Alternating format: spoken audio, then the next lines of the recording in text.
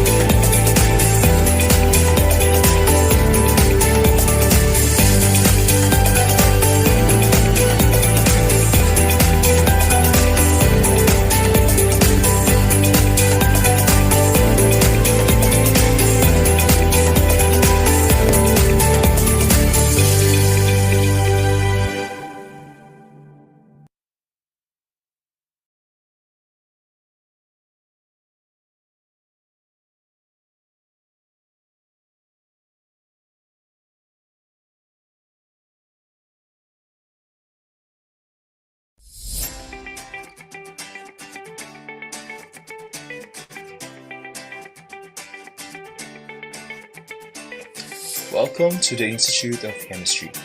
one of the academic units in the College of Arts and Sciences, the biggest college of UPLB, and with the highest number of graduates. The Institute of Chemistry started as the Department of Agricultural Chemistry. It was established in 1910 under the College of Agriculture, University of the Philippines in Los Baños. In 1973, the Department of Agricultural Chemistry became the Department of Chemistry under the then College of Science and Humanities, now known as College of Arts and Sciences. In 1983, by virtue of Executive Order No. 889, the UP Board of Regents approved the establishment of the Institute of Chemistry, Institute of Biological Sciences, and the Institute of Mathematical Sciences and Physics as national centers of excellence in the basic sciences in UPLB.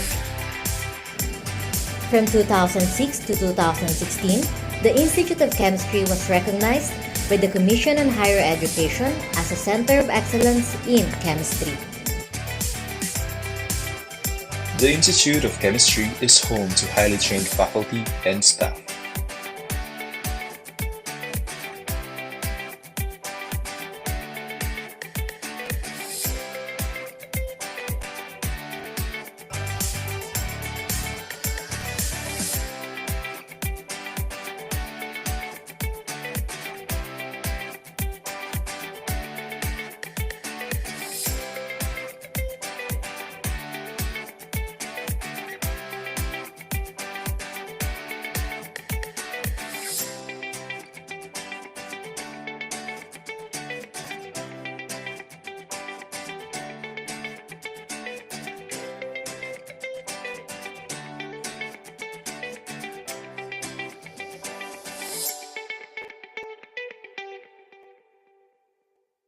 The Institute of Chemistry is home to highly trained faculty and staff. IC houses 5 divisions.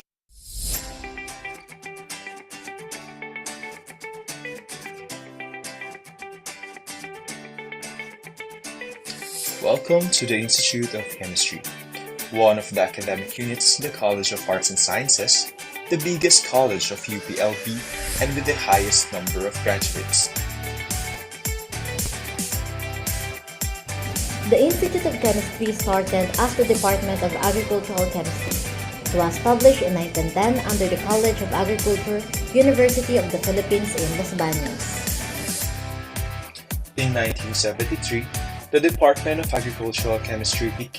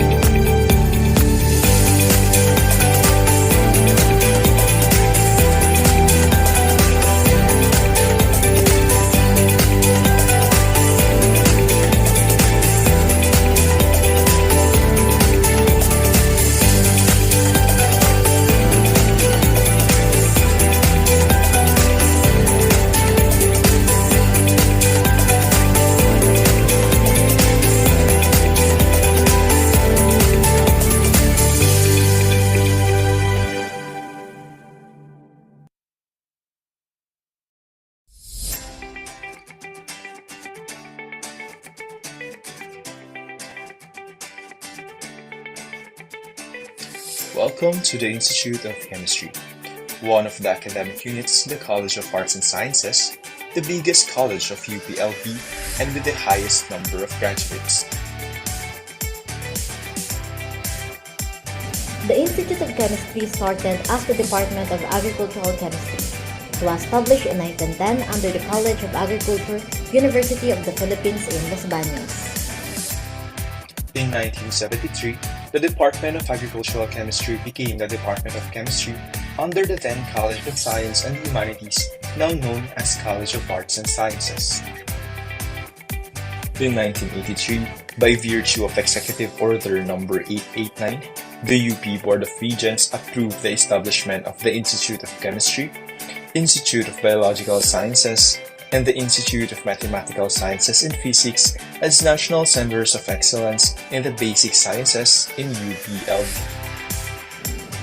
From 2006 to 2016, the Institute of Chemistry was recognized by the Commission on Higher Education as a Center of Excellence in Chemistry. The Institute of Chemistry is home to highly trained faculty and staff.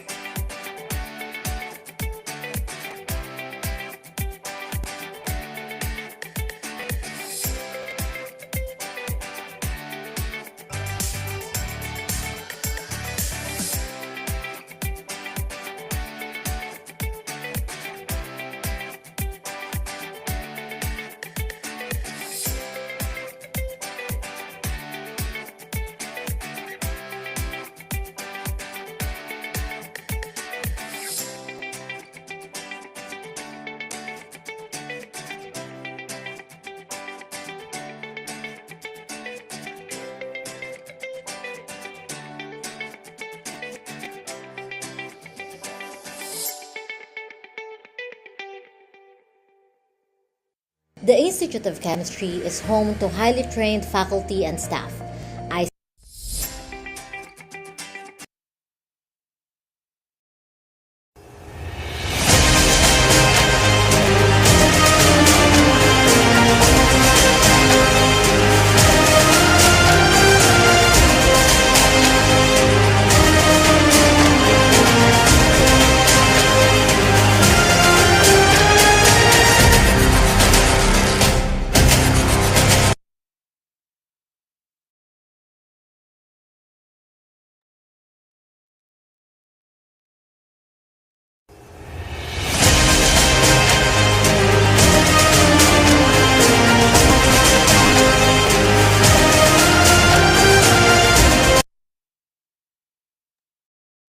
Okay, good morning, everyone. It looks like we have a great number of virtual attendees joining us today.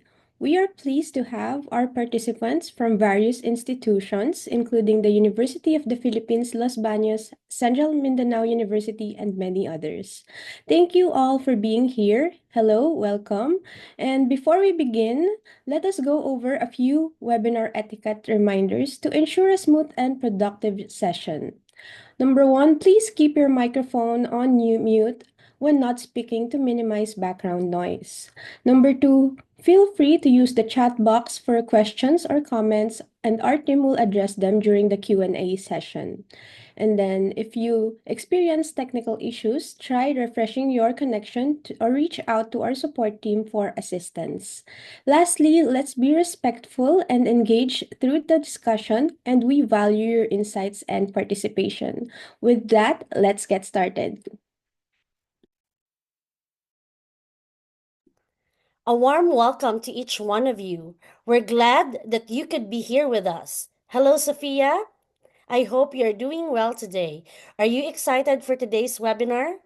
Yes, of course, Ma'am Ellen. I am thrilled to facilitate and celebrate with you all the International Women's Month. We are absolutely thrilled to have our Filipino women leaders in STEM joining us today to inspire and empower younger generations of women in STEM. We hope our participants are excited to listen and gain valuable insights as well.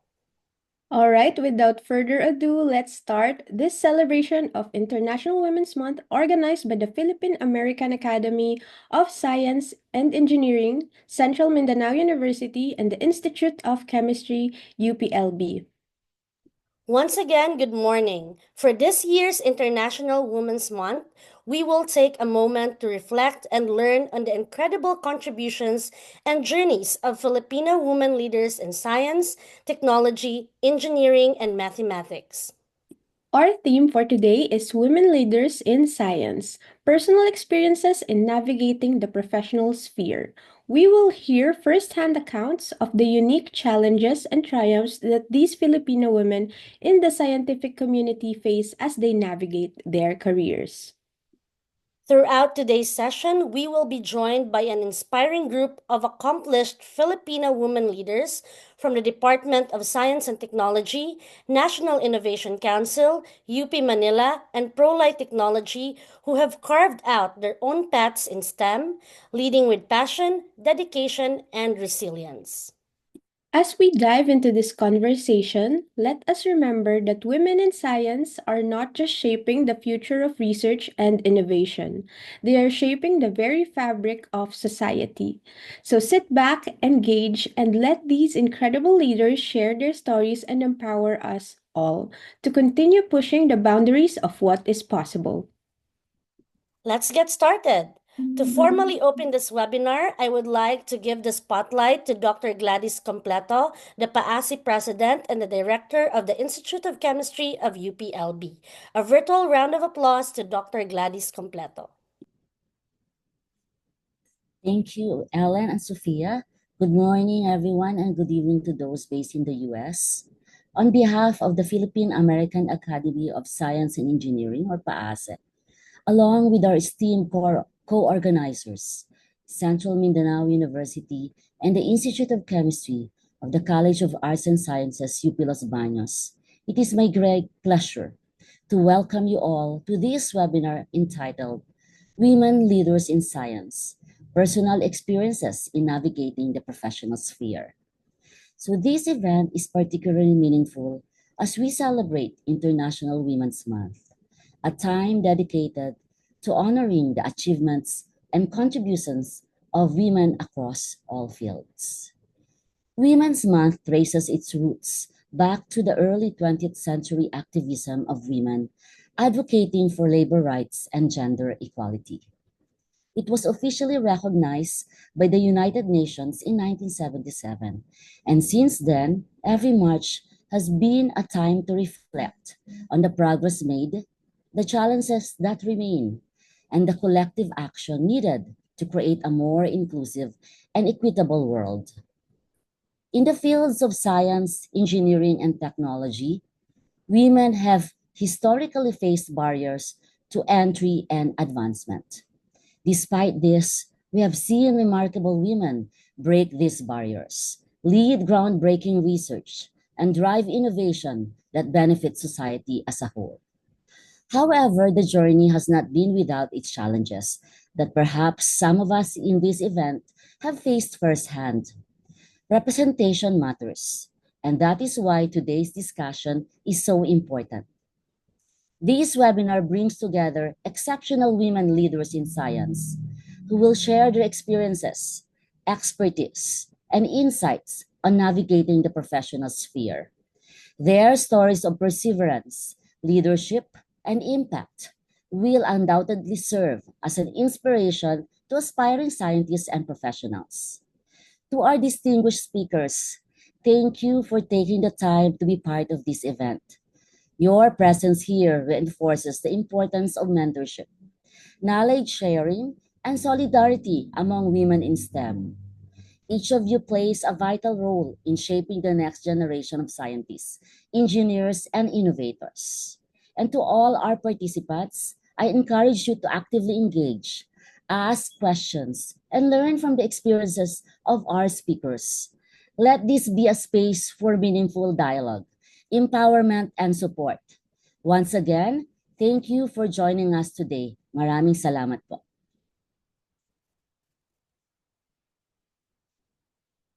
Ellen and Sophia? Yes po. Thank you, Dr. Completo, for those wonderful opening remarks to kickstart our meaningful session for today to celebrate the International Women's Month. Yes, but before we proceed, I would like to ask everyone to turn on their cameras for our photo opportunity because at some point we have some speakers that will be leaving at the middle of the webinar. So I would like to take the opportunity for us to have the photo opportunity. Can you please turn on your cameras? And I request the technical team to stop share so that we can capture everyone.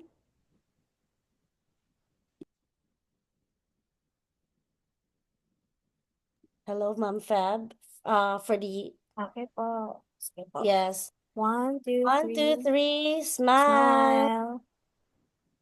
Page 2 po. 1, 2, 3. Smile. Page 3 po. 1, 2, 3. Smile. Page 4 po, last page. 1, 2, 3. Smile. Okay na po. Thank you, everyone. Okay, so now we're thrilled to welcome one of our most esteemed speakers. It is an absolute honor to introduce our distinguished speaker for today, a true leader in advancing science and technology and innovation in the country. We will begin with the none other than the Undersecretary for Research and Development at the Department of Science and Technology, or DOST, Dr. Leah J. Buendia. Dr. Buendia has made the remarkable contributions to the Department of Science and Technology. Having served as the very first Assistant Secretary for International Cooperation from 2016 to 2022. Now, as the Undersecretary for Research and Development, she plays a pivotal role in driving groundbreaking research and shaping the future of science and technology innovation in the Philippines. She oversees the management of the DOST Research and Development Funds through the Grants Aid Program, ensuring that impactful projects receive the support that they need. She also advocates key initiatives like the Balik Scientist Program and the Science and Technology Fellows Program, fostering innovation and expertise in the country. Beyond that, Dr. Buendia supervises 4 DOST councils that monitor cutting-edge science and technology innovation projects, along with 7 research and development institutes.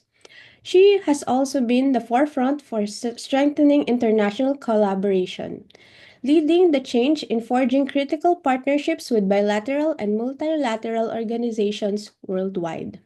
With her passion and dedication to scientific progress, Dr. Buendia continues to be an inspiring force in the field. Let us give a warm virtual welcome to Undersecretary Dr. Buendia. Thank you very much for the kind introduction. Good morning to my fellow speakers, esteemed guests, and our online audience. Today, I will share my personal experiences in navigating the professional sphere as a women leader in science. First, allow me to congratulate PAASE through the president, Dr. Gladys Completo, the Central Mindanao University, and the Institute of Chemistry, University of the Philippines, Los Baños, for organizing this webinar in celebration of International Women's Month. Allow me also to recognize our Balik scientist who is with us online, Dr. Ann Villalobos. Historically, only a few women were given the opportunity to become scientists. The field of science was largely inaccessible to women. Particularly, universities barred them from formal education, and research institutions denied them funding, and society doubted their intellectual capabilities. Women who pursued science often had to work in secrecy, publish under male pseudonyms, or rely on male colleagues to present their findings. Despite these obstacles, pioneers like Curie defied expectations, making groundbreaking discoveries that changed the world.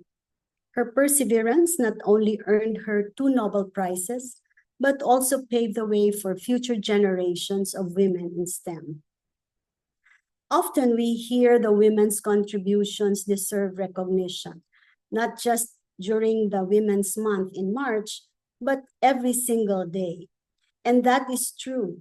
Women are leading innovations, shaping industries, and solving some of the world's biggest challenges. But let's be honest, it is not always easy. Here are a few women in science who made an impact in our country and even abroad. But this is just a few. From left to right, Dr. Hilary Andales, a senior at the Massachusetts Institute of Technology, major in physics and minoring in both astronomy and science, technology and society. Through Breakthrough Junior Science Challenge winner in 2017, she's a Philippine Science High School graduate. Dr. Fe Del Mundo, a Filipina pediatrician, founded the first pediatric hospital in the Philippines and shaped modern child healthcare system in the Philippines. Dr. Aleta Iniguez, a physical oceanographer, in 2017 National Academy of Science and Technology Outstanding Young Scientist Award for her work on modeling the dynamics of ocean ecosystem to build early warning systems. L'Oreal for Women in Science awardee also in 2018. Dr. Amy Lynn Dupo, Professor 10 at the Institute of Biological Science at College of Arts and Sciences, UPLB, awarded by the National Academy of Science and Technology as one of the country's outstanding young scientists in 2015. Dr. Erica Field Legara, a Boetis Chair in Data Science and Senior Scientist and Associate Professor at the Asian Institute of Management. On the bottom, Dr. Reynabel Reyes, the Associate Professor at the National Institute of Physics in UP Diliman, PhD in Astrophysics, Princeton University. Anne Aaron, Filipino Netflix engineer, one of the top 43 world's most powerful female engineers and America's top 50 women in tech. Dr. Gemma Narisma, Filipino researcher who served as the executive director of the Manila Observatory in the Philippines and head of the Regional Climate Systems Program from 2017 to 2021, named as the National Academy of Science and Technology Outstanding Scientist in Atmospheric Science in 2021. Dr. Lourdes J. Cruz, a national scientist known for her research on venomous marine snails. Janice Lau, renowned environmental scientist and development economist, director for Group Corporate Responsibility and Sustainability at the Hong Kong and Shanghai hotels. The presence of women in leadership roles in science is growing. I have had the privilege of working alongside brilliant women who are leading research teams, directing major scientific projects, and shaping policies at the highest level. According to data, the number of females in science and technology fields increased from 179,000 in 1990 to 445,000 in 2015, a 147% increase in 25 years. Since 1990, the number of females in the S&T careers showed a stable and continuous increasing trend. Many organizations have implemented mentorship programs, leadership training, and equity policies that ensure women have the same chances to grow and succeed. I am grateful to be part of a generation of women who are thriving in science without having to fight against bias in every step. And that is exactly what we should want for all women in STEM. Today, I want to share my personal journey as a woman in science, one that may not be the typical story of struggle against discrimination, but instead a story of opportunity, support, and growth. I began my career at the Department of Science and Technology, Philippine Council for Agriculture, Aquatic and Natural Resources Research and Development, or PICARD, as a research assistant and worked my way up. From the beginning, I was surrounded by mentors and colleagues who judged me by my work, not my identity. My professors challenged me just as they did my male classmates. My work was evaluated based on merit. I found myself in a fortunate position. I did not experience discrimination because of my gender. I was given opportunities not because I was a woman who needed representation, but because I had worked hard and earned them. And that is exactly how it should be. Like many young women, I was eager, passionate, and determined to make a difference. But I realized that success in science isn't just about technical expertise, because it's also about fostering connections and seizing opportunities. Over the years, I worked my way up, taking on leadership roles in policy coordination, performance monitoring, and international collaboration before my appointment as Undersecretary. As director of PCARD's Policy Coordination and Monitoring Division, I led initiatives in corporate planning, policy development, and partnerships.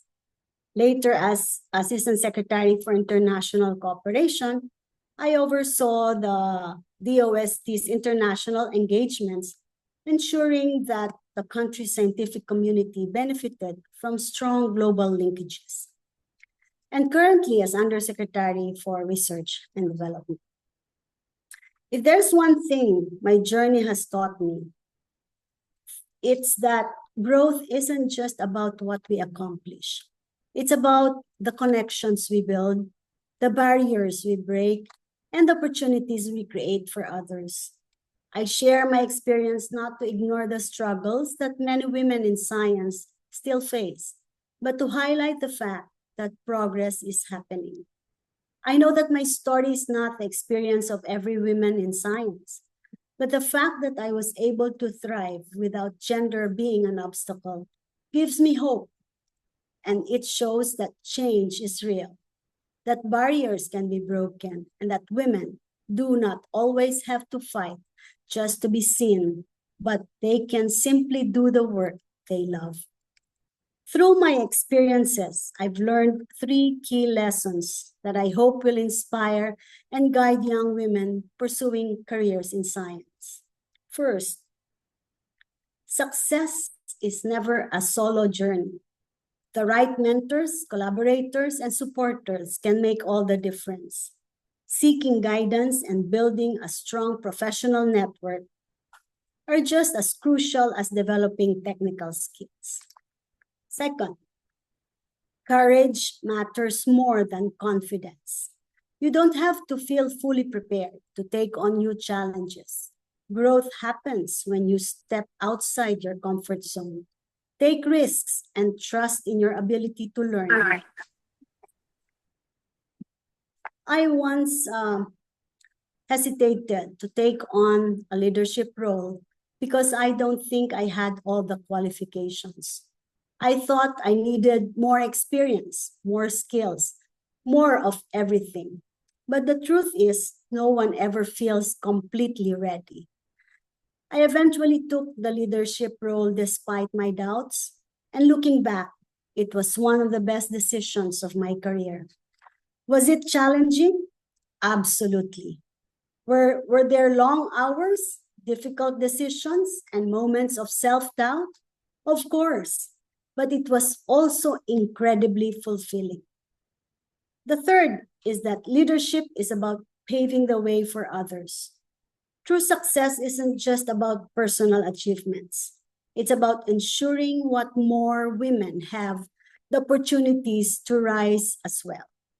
We must challenge biases, advocate for inclusive policies, and create spaces where women can lead and thrive. At DOST, we actively work to create pathways for women in science, nominating them for international awards, encouraging their participation in global conferences, and ensuring their expertise is recognized, aside from providing funds for their research. We've been involved in programs like the ASEAN US Science Prize for Women and the UNCTAD Young Female Scientist Program, helping Filipino scientists gain international recognition. Let me tell you, visibility matters. One scientist we nominated for an international award later gained global research collaborations, expanding not just her work, but also the presence of Filipino scientists on the world stage. When we amplify women's voices, we don't just support individuals, we shape the future of science itself.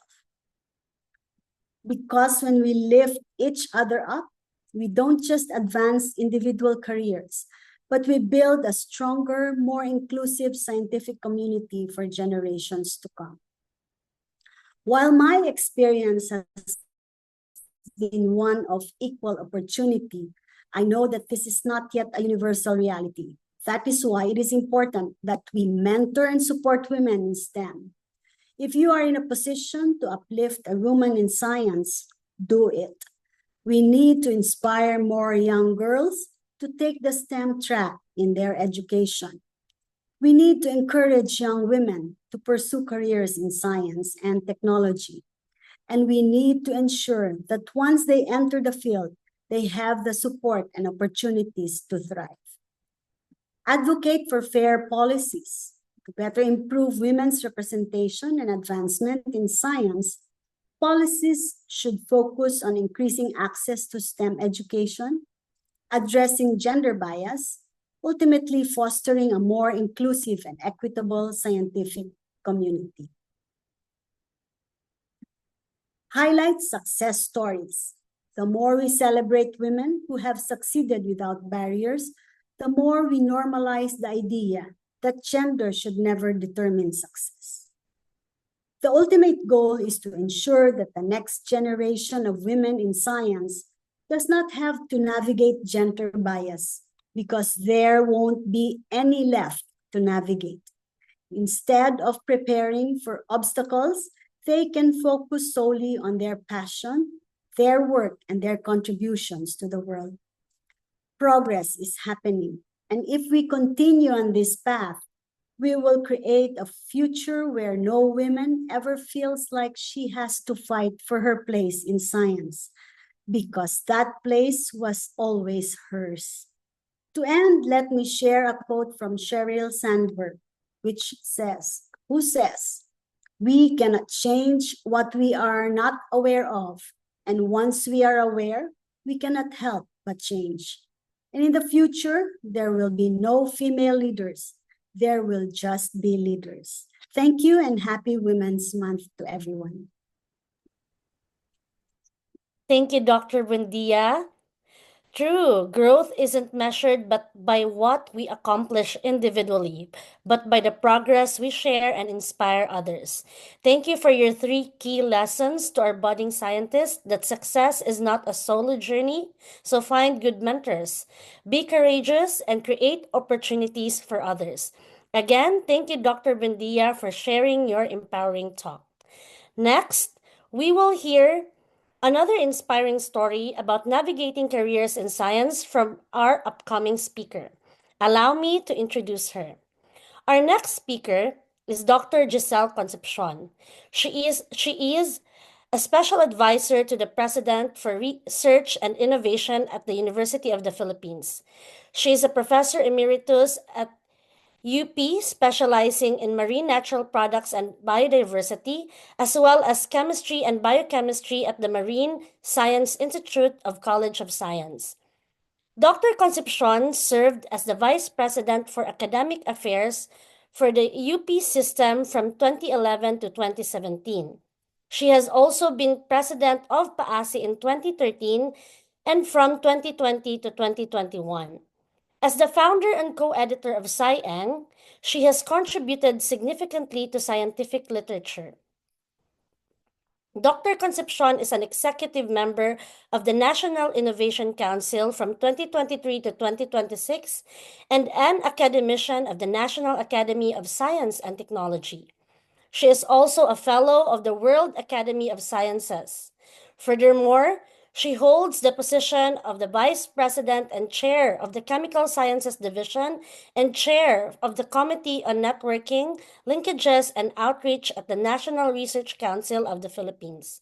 Additionally, Dr. Concepcion serves as an advisory council member representing Southeast Asia at the International Science Council, where she is the regional focal point for Asia and the Pacific. Ladies and gentlemen, a warm virtual of applause for Dr. Gisela Concepcion. Good morning, everyone, ladies and gentlemen. Thank you for the kind introduction, Ellen. I am presently at the Athletes Village in Capas for the NRCP Conference on Research Evidence Informed Policy Making. So please bear with me. I just like to correct some of the information introduction. I am the past vice president of the NRCP. Thank you very much, Ellen.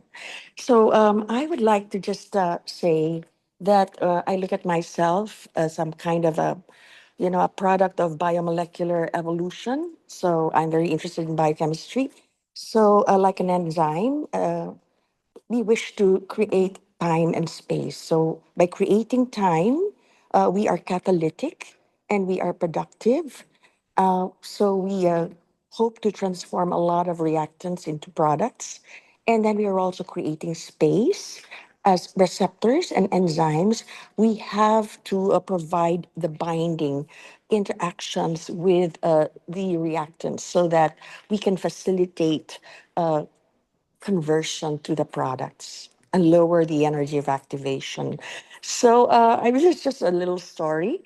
I also just wanted to recognize a Filipino scientist, woman Sige po, of ma'am. World War II. Hello? Yes po, nag-share po kayo ng screen, Dr. Gisela. I'm Wala po sorry. akong screen. I'm sorry. And Okay, okay. the internet, Thank I you have po. no slides. I'm so sorry. Unlike you, Leah, beautiful slides. I just wanted to add, and I'm going to turn off my video because I might, have a weak Wi-Fi here. Okay, okay. So thank you. I wanted to add Maria Rosa. You know Maria Rosa in World War II? She's a food scientist and nutritionist. She developed banana ketchup. So until today, we love our banana ketchup.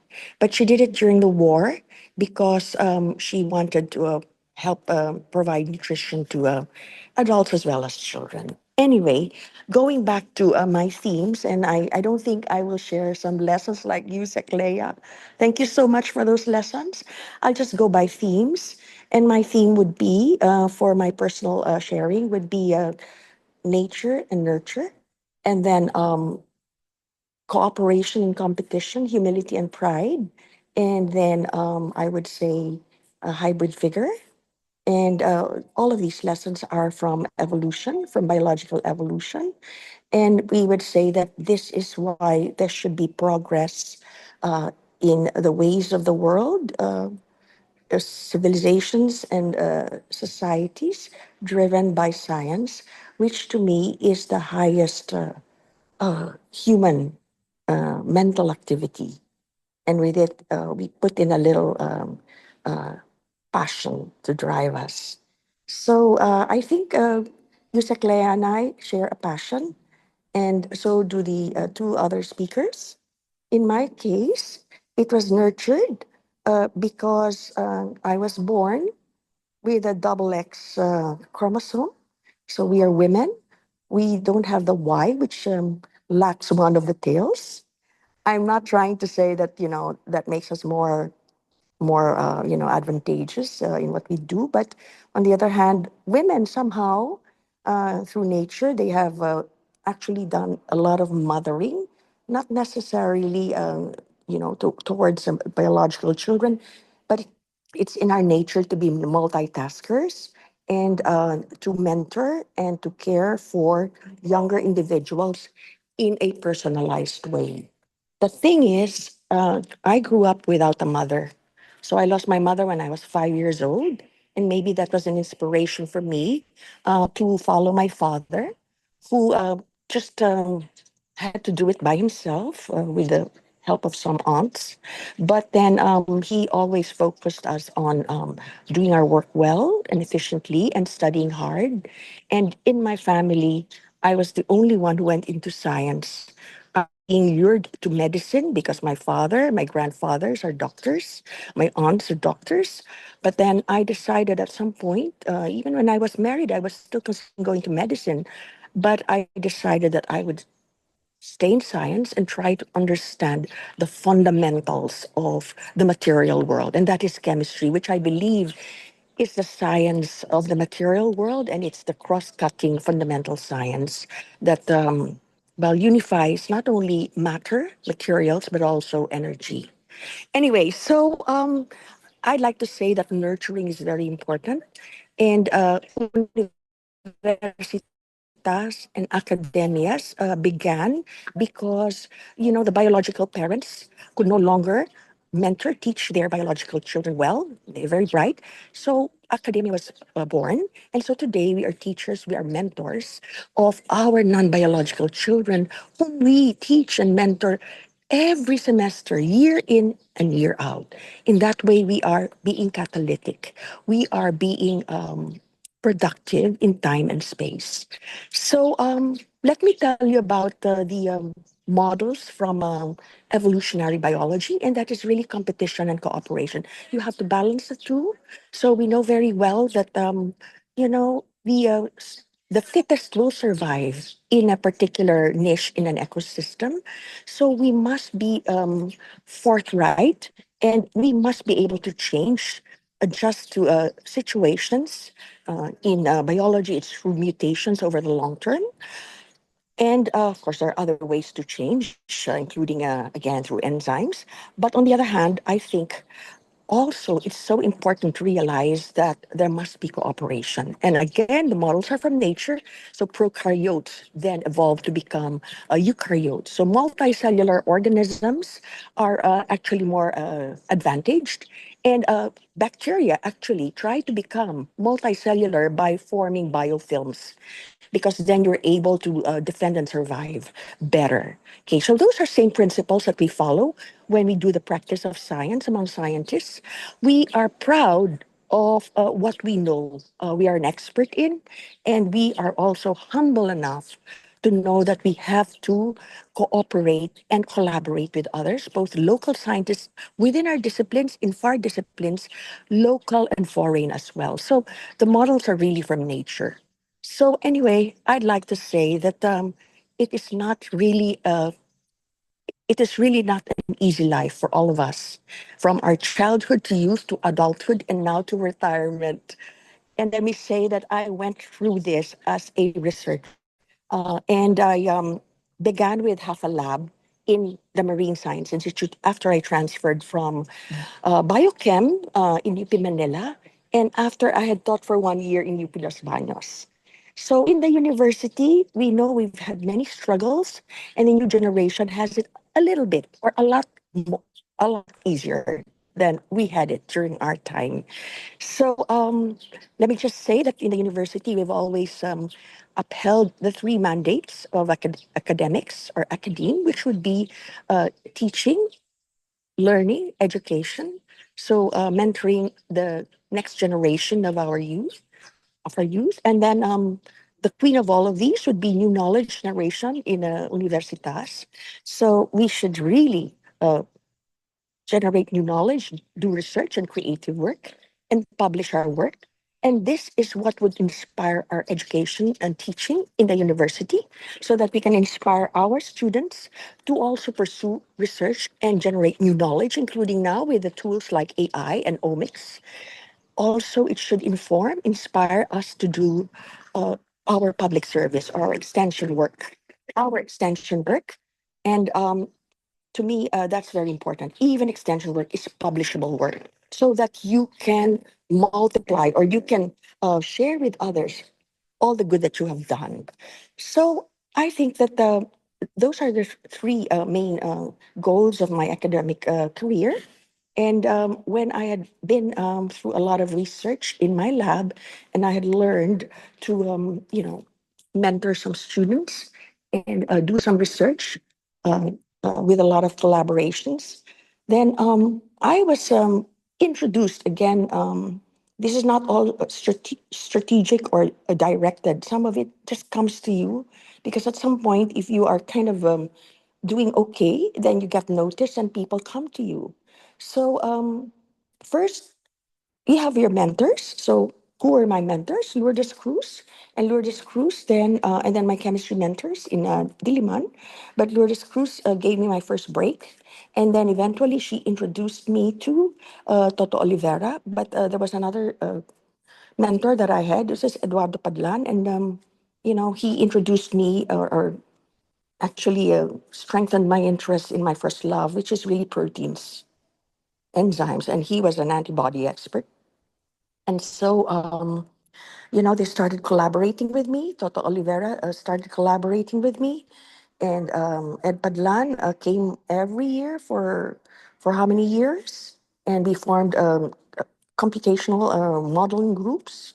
And we have some publications in the Sci Journal that I co-founded with him. And they are my inspiration to this day.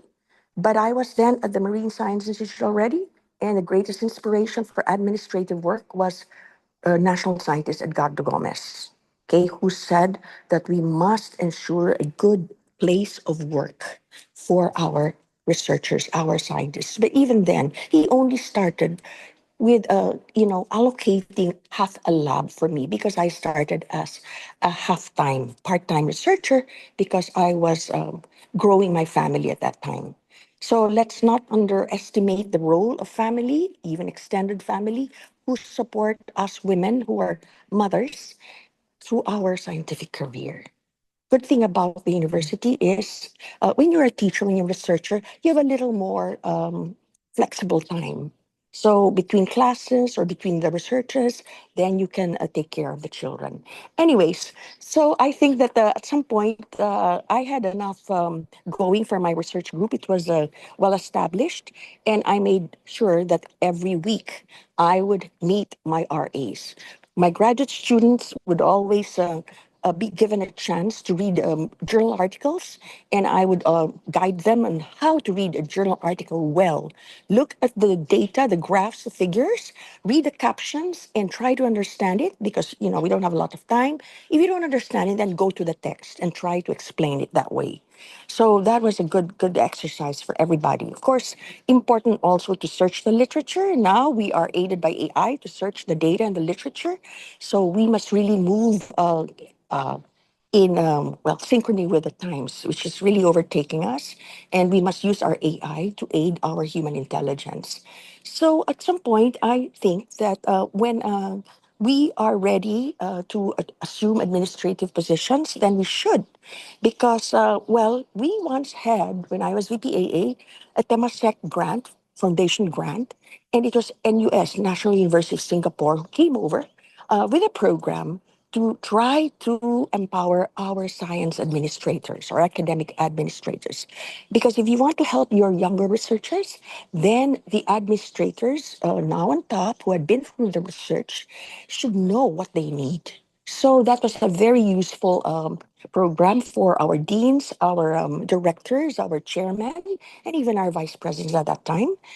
And I would say that that's something that I tried to embrace when I was a VPAA, aside from all the lessons that I was learning from my US-based collaborators, including those that I worked with major grants from the US NIH. So, I learned a lot from them, and that's exactly what I did for the EIDR program or for the Balik PhD faculty program, etc. So let me just say that today, I'm still working on my research because there's always unfinished business. And so I got this little grant from the NAS. We are entitled to 300,000 for one fellowship. And so the net of 270,000 is what triggered this latest publication of mine, which is an in vivo proof of principle study on a marine compound in combination with a standard clinically used drug, doxorubicin. So what we have in this model is really, well-defined chemicals, well-characterized chemicals, quantities are well, controlled with defined molecular targets that were published in a previous publication on the in vitro study. So the cellular and molecular targets are published in that paper, and then this current paper, which is kind of making a, making a splash because it's in the news, and then there's an interview next week, and it's an in vivo because it's different. To go from in vitro to in vivo is a big thing. And I was inspired partly by one of our PASA members who told me that if you want to bring something, one step further, and I had to do it all by myself, then you have to show activity in an animal model. Never mind the molecular targets that can follow later. That's what she said. Okay, so I went on that route. I'm not saying that this is the end of it, far from it. There's so many other things that have to be done for this study, and it's the drug for cancer in combination with a marine compound that is highly active at a very low dose. But we do have the same for antibiotics, for infections, for gram positives and gram negatives. And we also have compounds, pure characterized compounds from snails or their bacteria, and they are neuroactive. So we are aiming to get all of these into the mice for proof of principle. Because I was told by that person from biotech company that once you can show that, you may have takers, okay, regardless of how you're going to ensure the supply for larger scale testing, okay, because preclinical trials require a lot of animals, but that is a problem that you will worry about later, maybe with partnership with industry. So that's the route we're taking. It's very tough, most especially for drug discovery and development. But in University of the Philippines in Diliman, we have this cohort of scientists in biology, in chemistry, in MSI, and in NIMBB who work together to come up with this high value type of studies. Anyway, so I think I would like to end there just to let you know that I would like to thank everybody. Many of you are a source of inspiration to me, but I think the most inspiring to me are the students, the young ones, the researchers. So when I would teach, I would see the light in their eyes, the fire in their eyes, when they were excited about something that we would teach them. And then they were, of course, so good in the lab. So you have an idea, you have a scientific question, and you know how to strategize, to answer the question with the experiments. And then they are, empowered and they're inspired to do it right. And you just have to curate what they are doing. I'd like to recognize my ball of fire. Her name is Zildjian Akyatan. She is now a PhD student in Toto Oliveira's lab. But also, I'd like to acknowledge Liza Belen, whom I had mentored, I had guided on the mouse studies through decades. And Liza Belen was the one who, together with Zildjian Akyatan, did the animals and has been taking care of our animals at MSI. So I would like to end there. Thank you very much.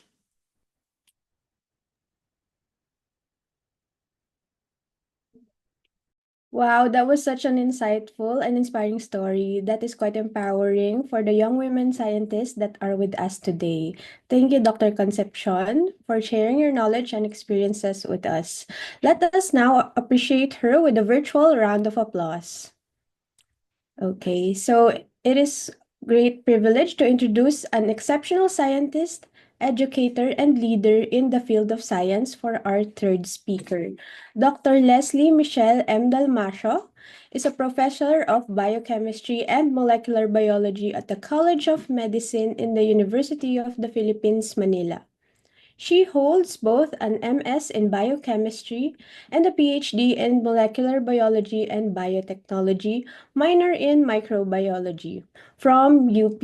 Her pursuit of excellence in research led her to prestigious fellowships at the Marine Biological Laboratory in Woods Hole, USA, and the Novartis Institute for Tropical Diseases in Singapore. Her research expertise spans virology, the human microbiome, probiotics, and immunodiagnostics, making significant contributions to these critical fields. In recognition of her groundbreaking work on hepatitis viruses, probiotics, and the microbiome, she was honored as an outstanding young scientist by the National Academy of Science and Technology, or NAST, in 2012.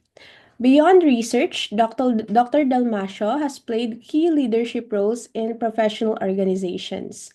She served as the chair of the Medical Science Division from 2020 to 2024, the vice president from 2022 to 2023, and the president from 2023 to 2024 of the National Research Council of the Philippines, or NRCP, demonstrating her unwavering commitment to advancing scientific research in the country. At UP Manila, she has been steadfast advocate for research ethics, serving as a long-standing member of the Research Ethics Board while taking on various administrative roles, including coordinator of the MD-PhD Molecular Medicine program. Now, she continues to drive innovation and research excellence as the Vice Chancellor for Research of UP Manila. With her passion and expertise and leadership, Dr. Dalmacio is an inspiration to aspiring scientists and researchers across the nation. Let us give a warm welcome to Dr. Leslie Michelle M. Dalmacio. Thank you, Sophia, for the kind introduction. And I would like to thank PAASE, CMU, and UPLB for the invitation to this webinar. So let me just share my presentation. It's more of a personal journey.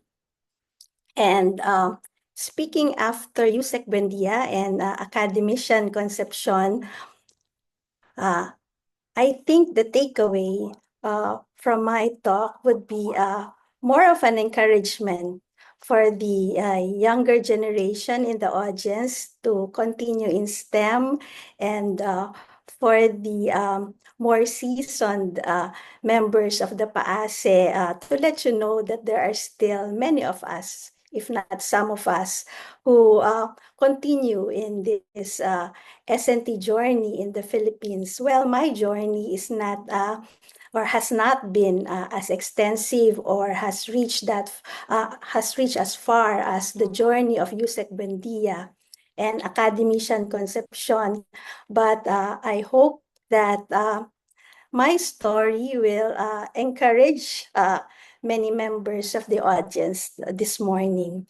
So the title of my talk is PM is the Key.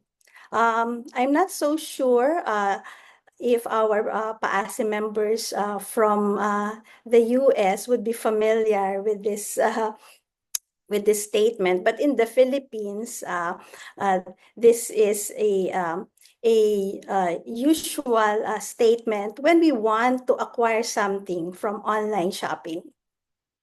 So let me start. So my research journey actually began at the University of the Philippines, Los Baños. It is at UPLB where I took my BS in biology. Before my undergrad, I did not take my high school in a science high school. So my exposure to STEM really began in my undergrad years at the UPLB. And my interest in research really was on the biology of small things. I was more interested on the cell, on things molecular, and also on microorganisms. And I was fortunate that when I was about to do my undergrad thesis, the BT research was well on its way at the International Rice Research Institute. So yes, my research actually began with Bacillus thuringiensis at Erie. That time, people at Erie were still trying to determine what gene is best for the resistance of pests in rice or pests in corn. I did work on the yellow stem borer. It was more on a cell-based study. But this research related to the BT gene or to pest resistance really inspired me to continue work in research. So since my fascination is really on the biology of small things, when I took up my MS, I got more interested on viruses. That time I came to know that there was no molecular epidemiology research done in the Philippines, and I got familiar with the alphabet of hepatitis viruses. So I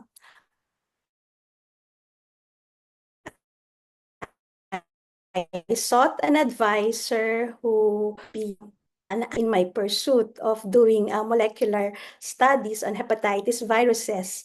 And actually, it is through my MS research that I got exposed to writing and defending a DOST proposal, because no one was doing molecular epidemiology work then. So my advisor and my advisor was Dr. Bernadette Ramirez. We wrote a proposal for DOST and we defended it because if we were not able to secure funding, I would not have an MS thesis because there was no study being done on there was no molecular study being done on hepatitis viruses then, mostly seroprevalence and epidemiological studies, but no molecular epidemiology study. So we did a study on hepatitis viruses B, C, and G, and we won awards for the hepatitis G study. We were able, of course, we were able to publish it and present it in different conferences. And I think after that, there were more molecular epidemiology studies that were done in the Philippines. The study on hepatitis viruses also taught me to be able to convey the relevance of molecular studies to our clinicians. This study was under the UPNIH Liver Study Group, which at that time was headed by National Scientist Ernesto Domingo. So there were times that National Scientist Domingo would call me and I would have to explain to him what we were doing at the molecular level and how the output of the research would be relevant to clinical practice. So after work on hepatitis viruses, I also got interested on flaviviruses, and we did diagnostic studies, Zika, dengue, and chikungunya. And these studies on flaviviruses established international collaborations.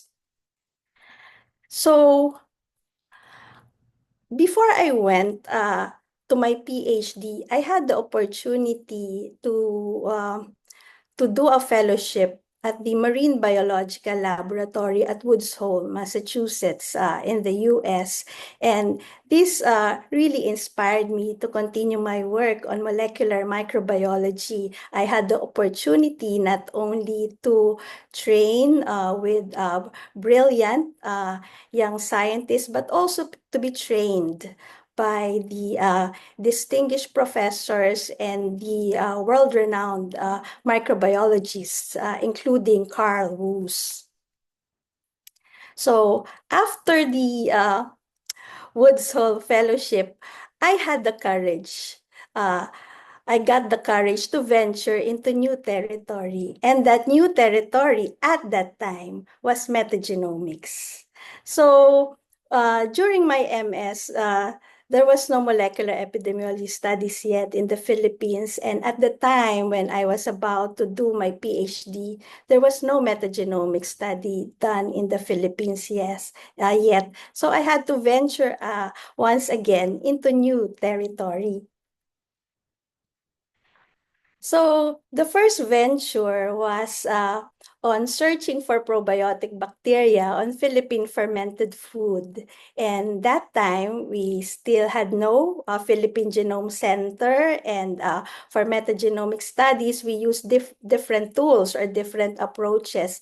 But and at that time, we had a lot of studies already on Philippine fermented food by Professor Sanchez, but we wanted to do a molecular study, a metagenomic study, because there are still unculturable bacteria to identify and test for their probiotic potential. So this study has now reached very far. I will tell you later what we're doing from the initial results of this study. So this is one of the new ventures. And then another is the study of microbial communities, since I was already doing metagenomics and then the microbiome concept was introduced and no one was doing microbiome in the Philippines. So I told my PhD advisor, academician Evelyn May Mendoza, that I wanted to do microbiome studies, and I was given the go signal. And so I did for my PhD. I ventured into microbiome studies. But it was very difficult because I cannot get funding for microbiome studies in the Philippines. When I was governing board at the National Research Council of the Philippines, I used to tell NRCP, when I was a young member of NRCP, I used to apply for funding for my microbiome studies, and NRCP would not fund it. So I was not able to get any DOST fund for my microbiome studies. And I used to think maybe because it's not yet a priority in the Philippines then, and I am still not able to convey effectively the relevance of microbiome studies to Filipinos or in the Philippines. But I think, but I still persevered because I cannot get big grants. I got grants from UP, and we were able to do several microbiome studies, and NAST eventually recognized our efforts. We won Best Poster years ago for our oral microbiome study. That was the first study that we did, an oral microbiome study, and we did it with a dentist. So to overcome the challenge, it was just a lot of perseverance and finding ways and finding other sources of support if the big support is not available yet. Okay. And I think another thing that I want to tell the young audience here is sometimes we have to be brave and bold. Because I am not able to secure big funding from the Philippines, one of my mentors told me, why not join the Asian Microbiome Project Consortium? So in one of the big microbiology congresses, I became brave and bold. I approached the leader of the Asian Microbiome Project, Professor Yuan Kun Lee of the National University of Singapore, and told him, can the Philippines join the consortium? And the rest is history. So the Philippines was able to join the Asian Microbiome Project. This is almost 10 years ago, and we have been and we have had several students, and we have had projects with other countries that contribute to the elucidation of the Asian microbiome in both adults and children. And from doing probiotics work and the microbiome, we have expanded, or I have expanded my repertoire to be more translational. So from isolated probiotics, we were able to secure DOST funding. My friend, Dr. Marilyn Balolong, and I were able to secure funding from DOST for a functional food for infectious diseases. And the initial venture was for application on or to people living with HIV. So we have done the in vitro and the in vivo work already, and now the OST is encouraging us to do clinical trials already, but I said since PLHIV is a very vulnerable population, then we need more studies, additional preclinical studies, and to do the formulation of our probiotic product before we can finally go to clinical trials. And so, from my lab life, I used to work in the lab with peers, with faculty colleagues, and I did enjoy that time when I could, let's say, I could get my hands dirty being in the lab. Of course, now I cannot do this anymore, but from my lab life, um, I was able to establish an international network in Asia and different parts of the world through perseverance and through a lot of mentorship. And we are able to share what we're doing here in the Philippines in various conferences and fora. We are able to show that in the Philippines, we can do microbiome research. We do a lot of metagenomics, and we get feedback and encouragement from our peers in various parts of the world.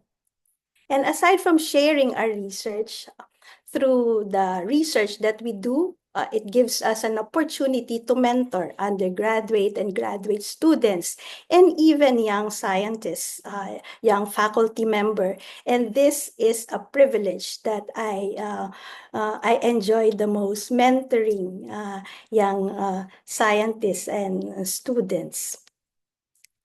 And this mentoring extends to our MD PhD students. I saw earlier that Dr. Yasmin Ronquillo is in the audience. Dr. Ronquillo is one of the proponents of the MD PhD Molecular Medicine program of UP Manila, and we are already on the 15th year of offering the MD PhD Molecular Medicine program.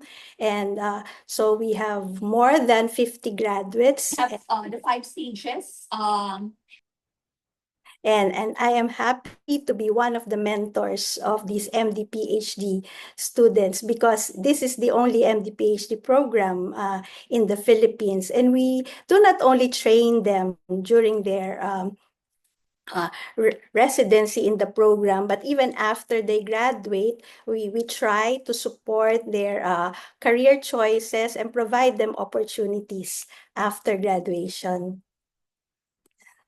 And I was also privileged to lead some organizations in the Philippines: the Philippine Society for Microbiology, the Philippine Society of Biochemistry and Molecular Biology, the NRCP, and this is my way of building a science culture, especially among the younger generations. As I said, that is what I enjoy most in doing STEM in the Philippines: being able to support, to inspire, to encourage the younger generation, our young scientists, to continue engaging in research and to continue to encourage them in their scientific endeavors.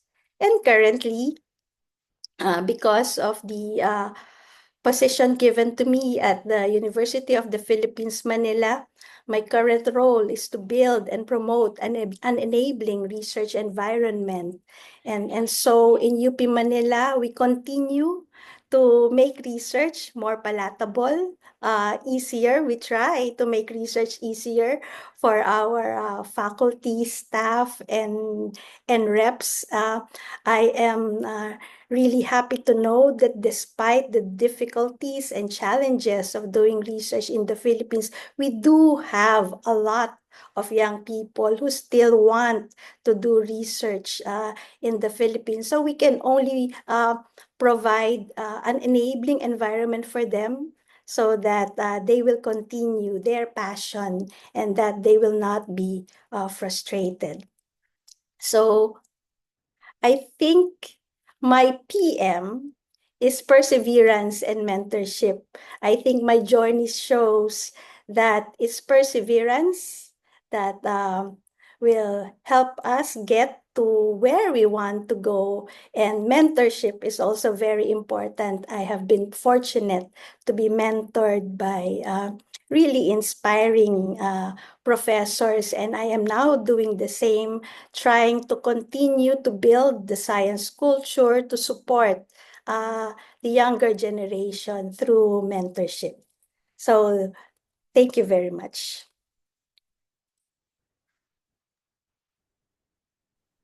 Thank you, Dr. Leslie. Thank you for sharing your trailblazing journey in pursuing your research in the field of microbiome. Indeed, it takes both bravery and boldness to forge new paths. And yes, PM is the key: perseverance and mentorship. Coming up, our next speaker is a true leader in the field of engineering. Allow me to introduce her. Our fourth speaker for today's webinar is Dr. Engineer Liza C. Canlas. She is the President and CEO of Lite Technologies Incorporated and CEO of Couture Real Estate Design and Development Incorporated, a licensed civil engineer and certified materials engineer 1. She is also a registered patent agent at Spruson and Ferguson Asia Limited and an executive member of the National Innovation Council. Recognized for her outstanding contributions to innovation and research, she received the 2021 Likha Award for Outstanding Government-Funded Creative Research in region from the DOST Regional Invention Contest and Exhibits, along with the award for Best Video Presentation in the same competition. In 2020, she won a gold award at the first Good Design by the Design Center of the Philippines under the Department of Trade and Industry, and was also honored with the Grand Prix Malasakit Award in the same competition. Ladies and gentlemen, allow me to welcome Dr. Engineer Liza C. Canlas. Listen, good morning to all of you. Let me share my screen.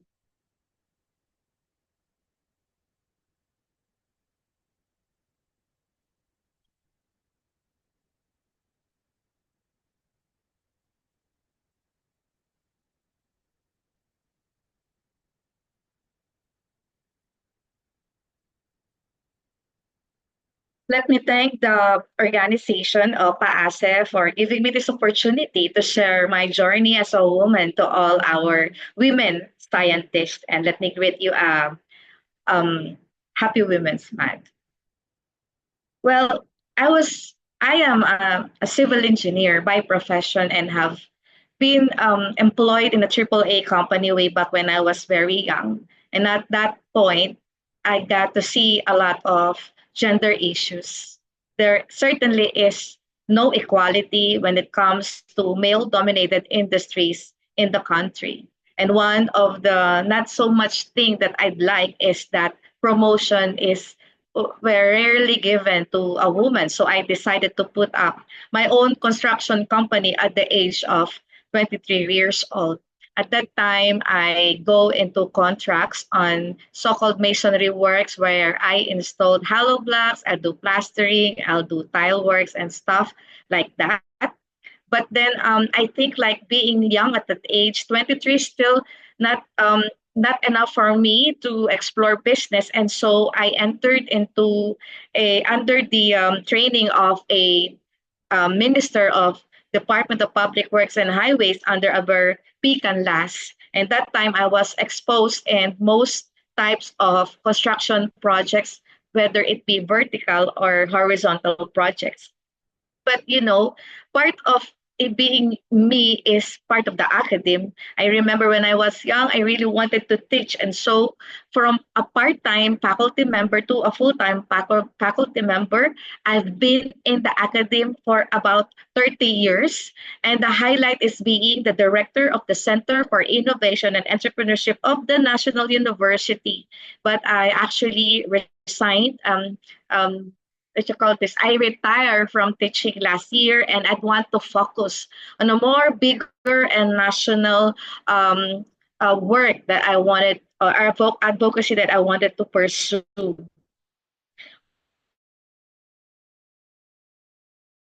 While in the academy, and one highlight is when I invented my own product, and then eventually from research to innovation, I put up my own company, Lite Technology Inc. And part of the biggest good happening in my life that changed my life drastically from being nobody to a person that would have a national purpose. The technopreneurship journey is one that I think had been given to me by God. So it all started from building the talents and skills, the degree that we need, furthering ourselves with various licenses, certifications, research, and as you grow old, wisdom. At a certain point in life, there would be this big motivation that you wanted to pursue something more, basically making you different from the rest of those typical people that you work around. And in 2017, when I invented my own product, it was really a big question whether should I go pursue my technology or or what should I do? Should I be putting up my company? And thus, then from 2017 up to now, I pursue a very bumpy, a very curvy, steeper road of my life. And thus, I just enumerated some of the wonderful things that I did, but of course, with much toughness. First, I have to build my angel investors. So these are friends and relatives who believe in me even without any proof of traction. And by building these angels and pitching to them, I put up my startup company, Lite Technology Inc.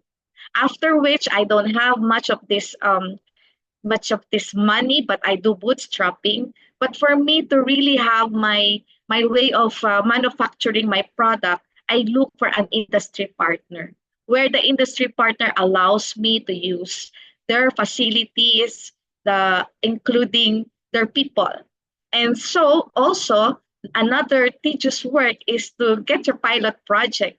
Remember, in a pilot project when you wanted really to see or to do technology validation, you need to get real clients. You need to get people who wanted to be the first users of your product. And mine being the construction industry, imagine a house owner who have saved their money for the house and be willing to use the product for the first time. And so I was able to get my pilot project where I practically piloted all product forms, not just from hollow blocks, but also for different purposes such as tiles, furnitures, and all the likes. And by the way, my technology, the hollow blocks, is remember I wanted to do contracting on wet works, and so the problem that I have solved is in the scope of work or construction scope of work where I enjoy doing, and that is CHB laying, or I call it panel wall. Along the way, I need mentors. And so God is also wonderful to be giving me mentors who have been seasoned, specifically Engineer Vicente D. Reyes, a balik scientist, a civil engineer who worked 50 years in NASA. And he helped me out in identifying a particular strategy to further improve my product, called it a finite element analysis. At that time, that kind of analysis was really very strange to me. but I've learned the many applications, especially on new materials when the standards are not really present at that time. And because I wanted to help people, to help the community while I am pursuing my research, so I've decided to support Engineer Vicente D. Reyes to put up an organization called the Finite Element Institute of the Philippines. And so we have exposed a lot of engineers working in different various structural projects to pursue a career in finite element analysis. At a certain point, I have no more money to pursue further research, and so I was thankful to be granted under the technicum program of the DOST Technology Application Promotion Institute. At that time, it's really, I think, the very start of a very good journey for me. I started become very interested joining competition, which I really am not favor of. But when I started being recognized in 2019, being the first recipient of the Good Design Award, the rest is history because every year I've been receiving already awards coming from my technology, which for me is a validation of my work. To further my study, further myself, because I'm a technologist, I'm an engineer, I'm not a businesswoman. And so I receive a scholarship and I'm enrolled in Thames International on innovation, on creative enterprises. And so I become better in terms of handling the business. And I raise my advocacy for women. I raise my advocacy for green technology, green manufacturing, green construction. And from that advocacy, I have built my own branding, which for me had separated me from the rest of the women in the industry. And after building my brand, I of course offer commercially my product and get my technology adapters.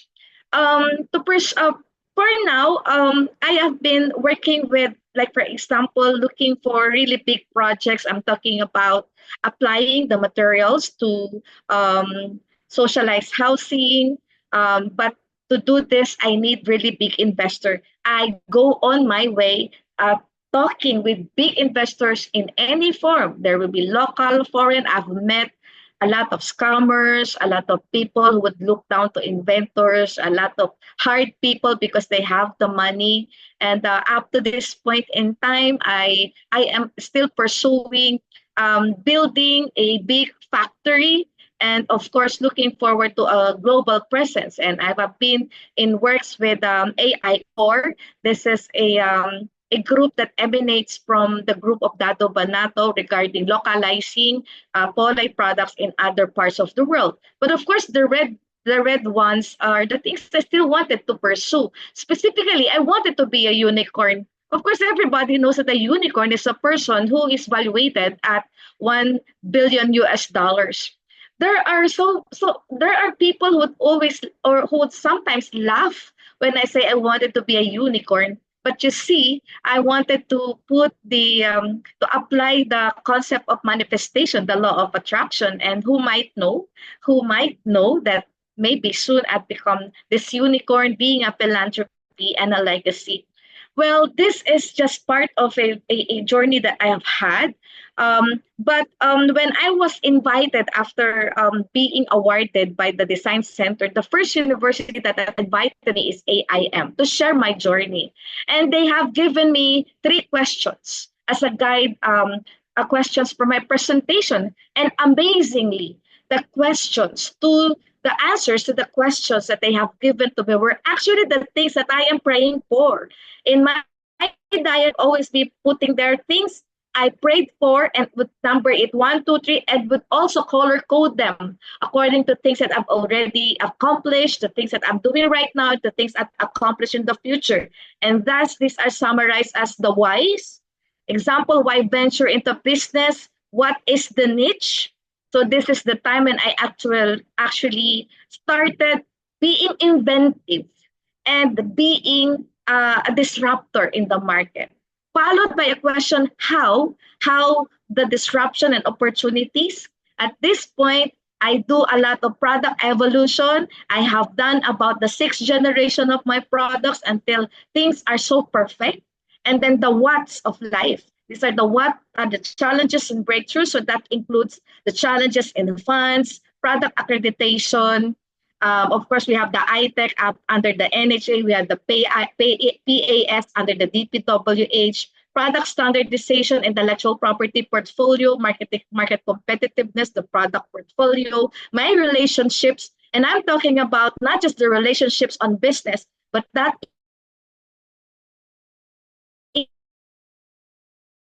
includes the relationship, and I have got to devise a lot of mechanism to move forward.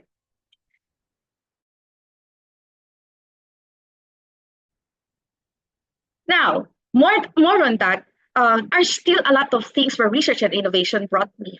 And one of this is being appointed by the President of the Philippines, an executive member of the National Innovation Council, and also, of course, being part of the biggest of the council that is the highest in terms of policy making in innovation. And of course, I was also be very happy to be included in the first ever 50 years Philippine Design and Beyond, and have practically exhibited my product at the National Museum while I'm still alive. Because, most of the artists that were exhibited that time, most of them already died. My journey have brought me so many brands. Of course, I have the brand of the Lite, my product, and now I am applying it to house construction, and so my brand is the Couture for an environment friendly building materials, or a building community. I also have the brand of the Feminine Genius, and now I have been live in YouTube every day to pursue and to tell the story of all people, of ordinary people, because I believe that not just us here are or that achievers are good stories. I know that there are also good stories in every ordinary people. And so that's from 9 p.m. to 10 p.m. every day, Monday to Saturday. I've also launched a Baile Inventor program where my team of different inventors will go to the grassroots and will look at their technologies and match them with certain partners so that they can scale up their businesses.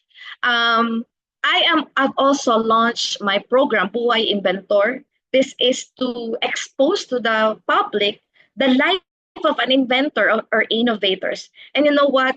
As I go to do into the grassroots, there are two sad realities that I saw. Number one is that only few of those products that are patented or with intellectual property are actually commercially available. And the second is only few of those commercially available do have certifications. Example, few of them have the FDA certifications. And so these are the things that I'm trying to solve at this moment. I have launched the Invento Masagana, which is an e-commerce and a commerce platform that will put all together all Filipino products, all Filipino materials, resources found in the Philippines, and would put them to a wider market of communities in the Philippines. And also, being now the president of the Filipino Women Inventors and Innovators Network, we have been mentoring a lot of women in the country and partnering with various universities. And for those of you who have your inventions and innovations and wanted to be part of the Filipino Women Inventors and Innovators, or PhilWin, we have the upcoming General Assembly of members, new members is coming tomorrow. That's tomorrow, 4 p.m. at the Philippine Columbian in Paco, Manila. You are all invited because I know you scientists have your products, and I've been talking with them, of course, Co-EM, Gisela Concepcion. If there are really products of these scientists, then let's help them market it in the country. Now, putting on my journey in a book, the AIM who invited me as a speaker way back 2019 told me that my raw life validates the curriculum in Masters in Business Innovation. And that's at the time they want me to document my life and put it in the book. But after a few months, there's pandemic, and thus it does not move forward. And so on my own, I have launched my own, the Feminine Genius Planner. And as I have contemplated and reflected on my life, I have saw that there is one process that have been applied to me. It's called a transform and engage process. All my life, my road journey had been a wonderful experience sharing it to other people so that other people may reach their full potential. A full potential, by the way, is the highest form of innovation. Full potential is when a person is creating wealth for himself or herself, and it overflows and creates impact to the workplace and to the community. And we wanted to see a future where all women has reached their full potential. I have been guided by principles, and these two principles are called Laborem Exercens, or the spirituality of work, and this was coined by Saint Pope John Paul II. You know, in my life, I saw that life is not easy. There are people who would really be hindering your way achieving your goals. But what I did is just to do my work, mentor, help people, giving time, giving all my services for free, working wee hours of the night up to 12 midnight, 1 a.m. mentoring people. And you know what? That's spirituality of work. The more you work is the more you pray. And for me, mentoring and helping people is a way of prayer. And another one is, of course, it makes sense if that person is a woman. And I have to see what is it in me as a woman that has contributed into making these lives of people, or helping out people. And so, because when I was so young, I'm really a devotee of Saint Santa Rita de Cascia, the patron saint of the impossible. Santa Rita de Cascia is the person that has been called by Saint Pope John Paul as a feminine genius. And a feminine genius means a dignity of women, or mulieres dignitatem. The ability of a woman to give herself the gift of life. And so with this combined together, I think it has practically have um, um, guided me in my life. And as we can see, for all of you, you have to know that life is a journey, and life typically is a journey of progress. When at certain point in time, we have to do this and that. We have to be a graduate at this time. You have to work at this time. But you see, you have to make a life that is different from the rest. And so you have to understand that there's always a concept of time, from present to future, a concept of movement, from to, a concept of progress, being your old self to a new self, the concept of gradation, or from being low to high, a concept of change that is empathy from this to that. And I am promoting the application of the transform and engage process. Just giving you an idea, the transform and engage process involves about 5 phases, from the format or the vision of your life up to legislate and catalog. You know, life for a scientist does not end in the four corners of the laboratory. At the end of the day, somebody has to be a successor. At the end of the day, everything that we do has to be documented so that the people that you mentor would see how the life has been, how the ups and downs has been. And so at me, I am now preparing for my successor, like picking up my kids and really writing the codes for this trade secret. Mindset is part of what I've been telling around the Philippines when I'm invited. We are scientists having the scientific mindset, but we know how to convert our idea into a certain product. Along the way, you need to be an entrepreneurial mindset, because you have now to change the prototype into a commercial grade one, something that the body or the customers will be wanting. But from being an entrepreneurial mindset, you know that in innovation, as part of the Philippine Innovation Act, there's always the third factor. The third factor is impact. Everything that we do has an impact. And you know what? Impact also has colors. I mean, if you're working with the environment, that's green mindset. If you're working with water and aquatics, that blue mindset. You're working with microorganisms or new materials. It's gray mindset. But I am actually promoting a purple mindset. A purple mindset is a care economy because embedded, inherent into a woman is a so-called care. And I believe that the purple economy is an economy being run by people who uses their brains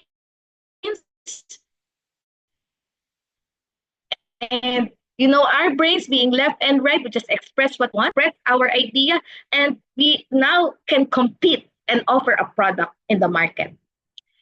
So this is a template of life, where if you think you have not yet reached your full potential, then start today. From today, you have to a certain situation where there's big motivation for you to go up and deviate from being typical, do something worthwhile, that's a turning point. And then you can also project a future life where you want it to go. Otherwise, if you don't do this, all your dreams will just go to the graveyard. We always answer a certain point in life the questions of whys, hows, and whats. Let me end by saying the wise women build, she does not destroy. And this is my contact detail if you wanted to get in touch with me. And if you wanted to grab a copy of the Feminine Genius Planner, this is the QR code. So thank you so much, everyone. Thank you, Dr. Canlas, for that interesting talk about your journey to success as a Filipino woman innovator. Please join me in giving her a virtual round of applause. Wow, we've had an incredibly motivational and inspiring morning from the scientists, academicians, professors, engineers, and innovators. Their stories provide younger generations broader perspective and inspire to move forward and reach their full potential. Now, we invite questions from the audience. Please don't hesitate to ask, and our speakers will gladly provide their insights. So, if you have questions, you can click the raise hand button, wait to be recognized, mention your name and affiliation, or you can comment your question in the chat box. We still have our speakers with us. Okay, I will start with not a question, but for Dr. Leslie, could you tell us more about the MD PhD program? Because we have a lot of students here from CMU and UPLB. Maybe they haven't heard the MD PhD program, and maybe they will be interested to apply. Okay, so the MD PhD program is a dual degree program. Of course, after the program, you graduate with both an MD and a PhD. So it's quite a long program. It takes 8 years to finish the program, 5 years dedicated for the medical courses, and 3 years for PhD courses and the PhD research. So to get into the program, you have to be accepted to the UP College of Medicine first. So you have to undergo the admissions process of the UP Manila College of Medicine. And when but in your application form, you already have to indicate that you are interested in the MD PhD program. So if you are among the around 160 accepted applicants for the current academic year, and you indicated that you are interested in the MD PhD program, then you will have a second round of interviews to get into the MD PhD program. So you have to be accepted to the College of Medicine first, and then you can transfer to the MD PhD program. And if you get accepted to the MD PhD program, you have full scholarship for 8 years. The PCHRD provides the scholarship for 8 years. Thank you for sharing that nice opportunity, Dr. Leslie. So, do we have any question from the audience? Hello? Do we still have questions from the audience? Okay, I have a question here to Dr. Ria, Engineer Dr. Ria. How do you manage the many roles you play as a woman while staying true to your passion? Well, first of all, is working national is really not easy. So I have a team. I believe that for one woman to pursue what she wanted, she also needs like apostles.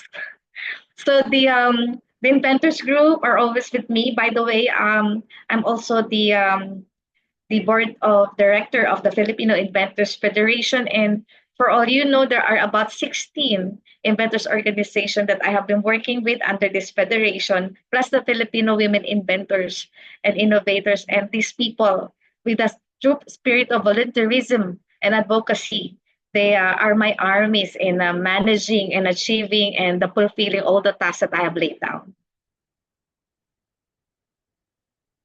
Thank you, Dr. Engineer Ria. Any questions from the audience? And also, Dr. Leslie said here that there is no age limit for the MD PhD program. So this is a good opportunity for all of us. We have question from Myra Villarreal. Yes, Ma'am Myra? Um, uh, Good morning, everyone. My question is for Yusek Leah, if she's still. I'm here, yes. Hi, ma'am. Good morning. Good morning. I would just like to ask for if there is a push or a need for more female balik scientists, or in terms of for balik scientists, we already have more like a balanced number between male and female scientists. Well, I think there's always a push for female balik scientists. Maybe because this is the time that we have the opportunity for the balik scientists, the female balik scientists, to be part of the program. Whereas before, it's more of the male-dominated balik scientists, maybe because of the patriarchal notion of being a scientist. But now I think this is the very opportune time that we need to have more balik scientists, like Dr. Ann Villalobos, like yourself. I know you're a balik scientist as well, Dr. Villarreal, and many are still pursuing science abroad, and I think we can encourage more female balik scientists.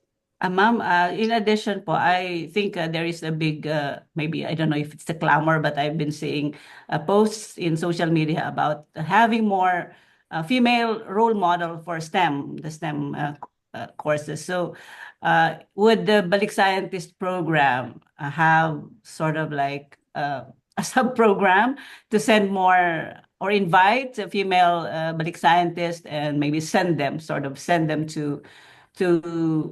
SUCs that the SUCs in not excluding those that are in the main area like the city, maybe excluding UP and all the universities in Manila. So let's say in Cordillera or in Cotabato. Of course, we have several balik scientists all over the country, and especially now that they have the access to the balik scientist program, even the local government units have access to the balik scientist program. I think it's not only in Metro Manila that the balik scientist is well known now. In fact, recently we went to the Bicol region so that we can conduct an assessment of what they need so that we can match with a balik scientist. So we have also conducted an assessment in the car region so that we also would know what they need in terms of the balik scientist. So I think for the last few years, the balik scientist has not been only concentrated in Metro Manila, but there are other state colleges and universities, even the private sector, and even the local government units and the industry who have availed of the balik scientist. Thank you, ma'am. Thank you. Thank you, Secretary Buendia. Any questions from the audience? Okay, I think there's none. Thank you to our speakers, Dr. Buendia, Dr. Concepcion, Dr. Leslie, and Dr. Canlas. So let's proceed to the awarding of Certificate of Appreciation to our speaker. We would like to honor and express our gratitude to our esteemed speaker for generously sharing their time and valuable insight for today's event. Can we move to the next slide for the certificates? Allow me to read the citation. Certificate of Appreciation is presented to USEC Leah J. Buendia for serving as our speaker at the celebration of International Women's Month 2025 with the theme Women Leaders in Science, Personal Experiences in Navigating the Professional Sphere, held on March 28, 2025, signed by Dr. Gladys Cherise G. Completo, PAASE President, and Dr. Rolito G. Ibalia, President of Central Mindanao University. The same certificate is awarded to Dr. Gisela P. Concepcion, and the same certificate is awarded to Dr. Leslie Michelle Dalmacio, and the same certificate is awarded to Dr. Engineer Liza Canlas. Again, our utmost thanks to our incredible speakers. Okay, at this point, we would love to hear the impressions from our participants on the valuable insights and lessons shared by our distinguished speakers. Let us now hear from Hannah Daniela Muñez, a Bachelor of Science in Civil Engineering student from Central Mindanao University. Please join me in giving her a round of applause. Hello, good morning. Am I audible? Hello, good morning. Am I audible po? Yes, Hannah. Okay po, thank you. So, honorable PAASE members, distinguished speakers, and fellow women in STEM, a pleasant day to everyone. First and foremost, I would like to express my deepest gratitude for giving me this opportunity to attend such an inspiring event. When I saw the theme, Women Leaders in Science, Personal Experiences in Navigating the Professional Sphere, I was intimidated, especially when I also learned of the prominent names who would talk during this webinar. For a young woman like me who could only dream back then, being able to meet such amazing figures, albeit online, was an honor beyond measure. But as Dr. Buendia said, courage matters more than confidence. And so, here I am. Today, I will be sharing one word for each speaker, words that resonated a lot with me from their stories and why it is so. So one word that stuck in my mind when I was listening to Yusek Leah Bonda was passion. She was so passionate about her growth. Her fortunate experience as she rose in her career made me think just how much women have grown from pursuing science in secrecy to being surrounded by people who never judged a woman's work by her gender, but by merit. One thing I admire the most about Dr. Buendia's story is how her state of growth never blinded her from seeing the ways of the world, especially for women in the field of science. As she continued to progress, she never forgot to look back and inspire her fellow women, encouraging them amidst the constant weight of society's doubt. She remained aware, and this awareness became her driving force to remain passionate and empowering women and recognizing that success is not a solo journey, but a collective progress. To lead is to pave the way for others, carrying opportunities to those less fortunate. Women should not just be recognized during Women's Month, but every day. These words I do agree and hold in my heart. Women should never have to fight for science because that has always been hers. Now, when it came to Dr. Gisela P. Concepcion, the word that flashed in my mind was love. Her admiration for science, her adoration over enzymes, and her dedication to research and mentoring the younger generations, these were made possible because of her love for these things. She was able to pay attention to crucial details because she loved the field. I realized she was able to mentor the youth year in and year out tirelessly because of this emotion that drove her forward despite knowing that competition is constant in a developing society. It was not an easy life, she said, and it was the truth. Yet she pushed forward, cooperating amidst a competitive field with her fellow researchers, adapting and progressing in a world where the strong ones survive. She studied hard, overcoming obstacles and reaching greater heights. For Dr. Leslie Dalmacio, what stuck with me was the word adventure. She was someone who got exposed to science late, but even when it may have seemed intimidating, she kept pursuing it. It was definitely not a smooth ride with how lacking our country's facilities and researches are.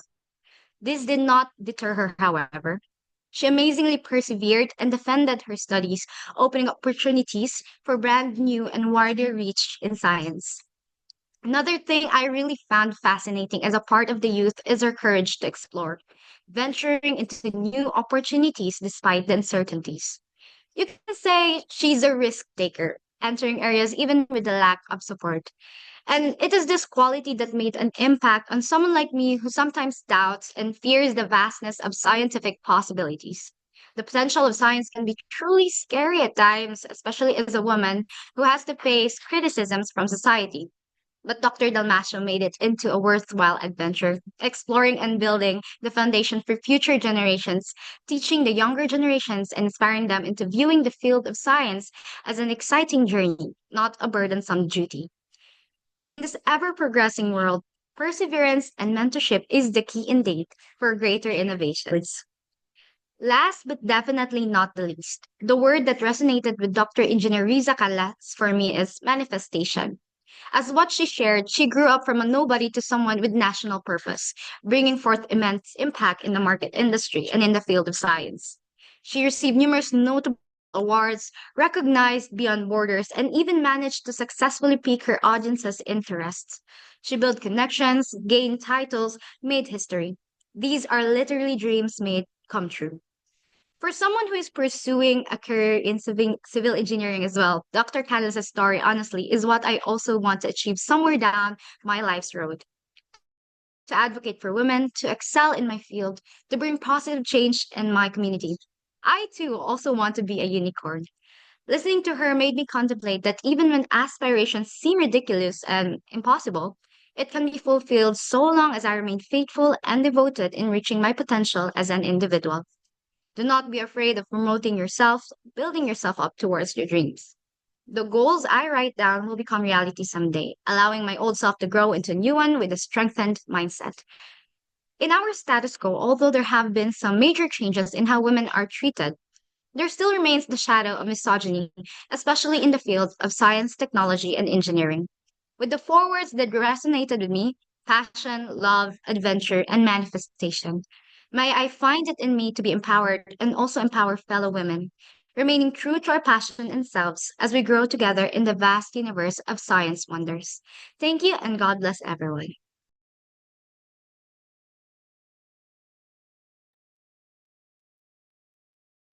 Thank you, Hannah. We have now reached the final segment of our webinar. To wrap up, let's hear from Dr. Rolito G. Ibalia, the president of Central Mindanao University, for his closing remarks.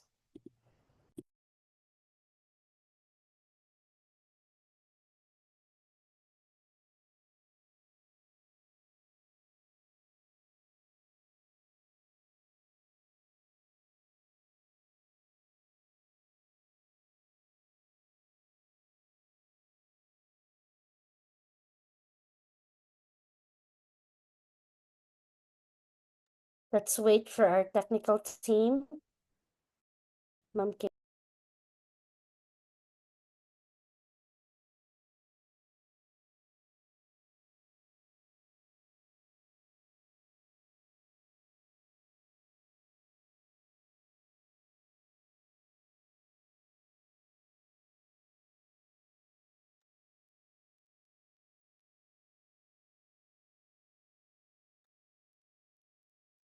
Let's wait for our technical team.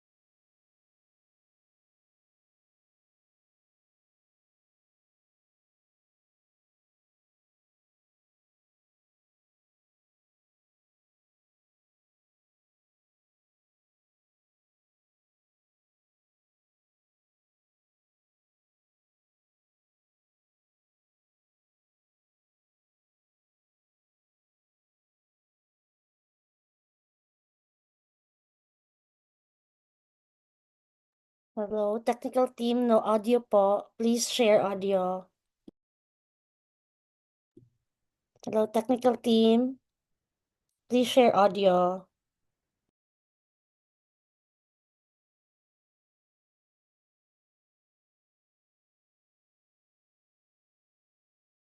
Innovation, particularly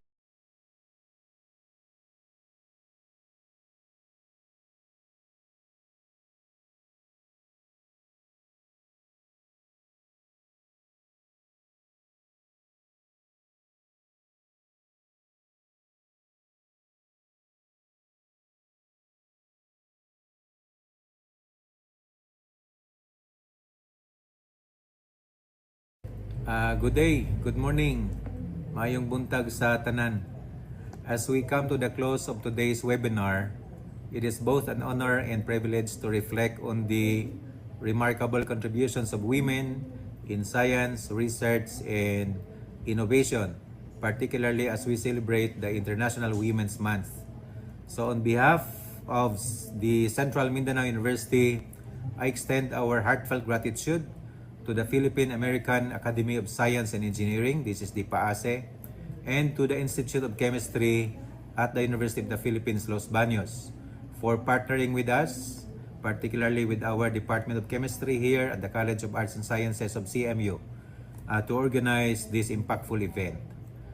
Today, we have heard from distinguished speakers such as Dr. Gladys Completo, the President of PAASE and the Rector of the Institute of Chemistry at UPLB, Undersecretary Leah J. Buendia from the DOST, Ma'am Gisela P. Concepcion, Executive Member of the National Innovation Council, Ma'am Leslie Michelle Dalmacio, the Vice Chancellor for Research of UP Manila, and from Engineer Liza Canlas, Executive Member of the National Innovation Council, whose invaluable contributions to science, research, and innovation are paving the way for future generations.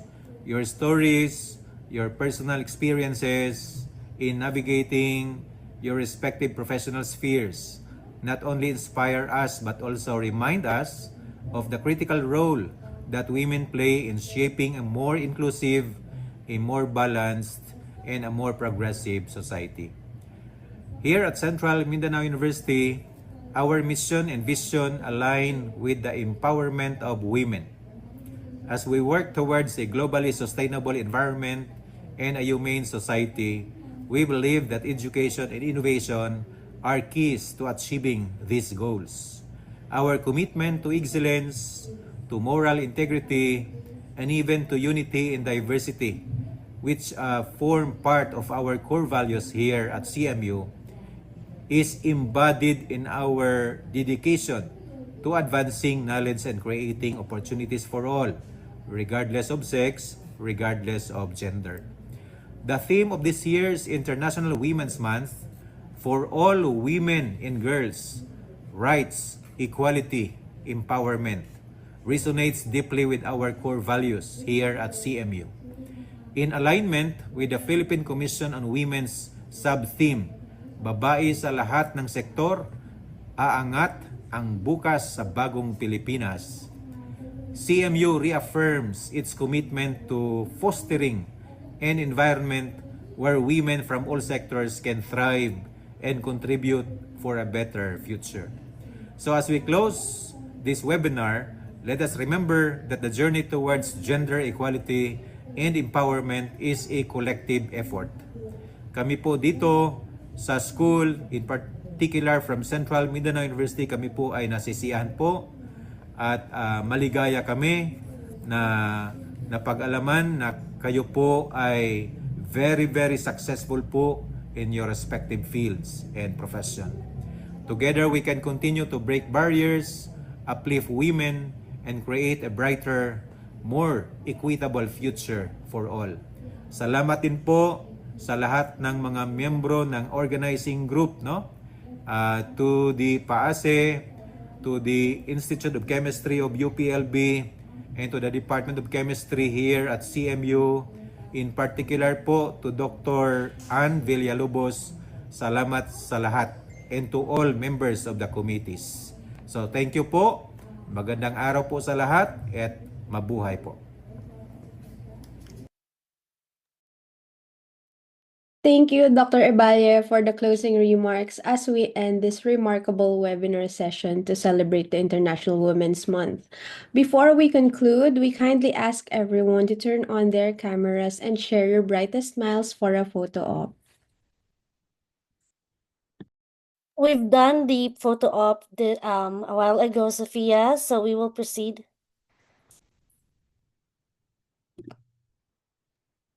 Earlier, we've done the photo op. Okay.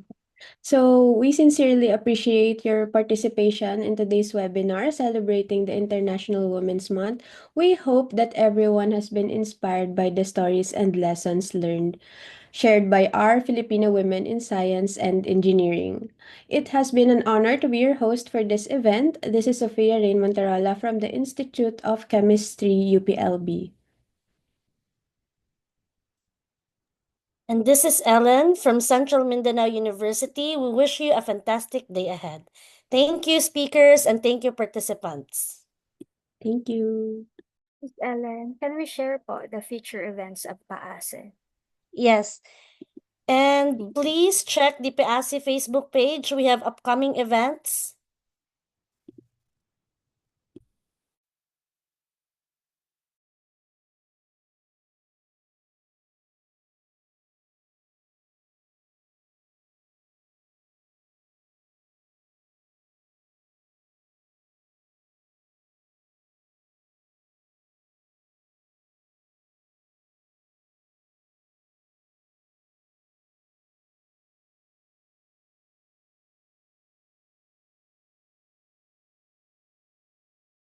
Thank you very much, everyone.